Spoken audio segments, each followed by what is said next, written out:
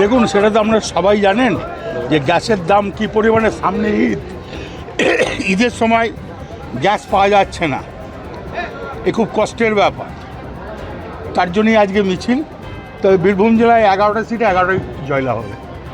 দাদা কালোবাজারে খবর পাওয়া গেছে রান্না গ্যাস নেই, কি বলবেন? সব জায়গায় তো বললাম দু নম্বরই অন্যায় এটা। দাদা বীরভূমে নির্বাচন প্রায় শুরু হয়ে গেছে, রাজ্য নির্বাচন শুরু হয়ে গেছে, প্রার্থী তালিকা ঘোষণা হয়ে গেছে। প্রচারে কবে থেকে নামছেন আপনি? প্রচারে কবে? এই দেখতে পেলেন তো, মিছিলে হাঁটলাম, দু একদিনের ভেতরেই সব দেখতে হবে। তাহলে তো আবার খেলা শুরু। 100 বার ভাই, যাও। ধন্যবাদ। নির্বাচনে যে প্রার্থী অত নয়, পার্টির ক্যান্ডিডেট 11টায় জিতবে।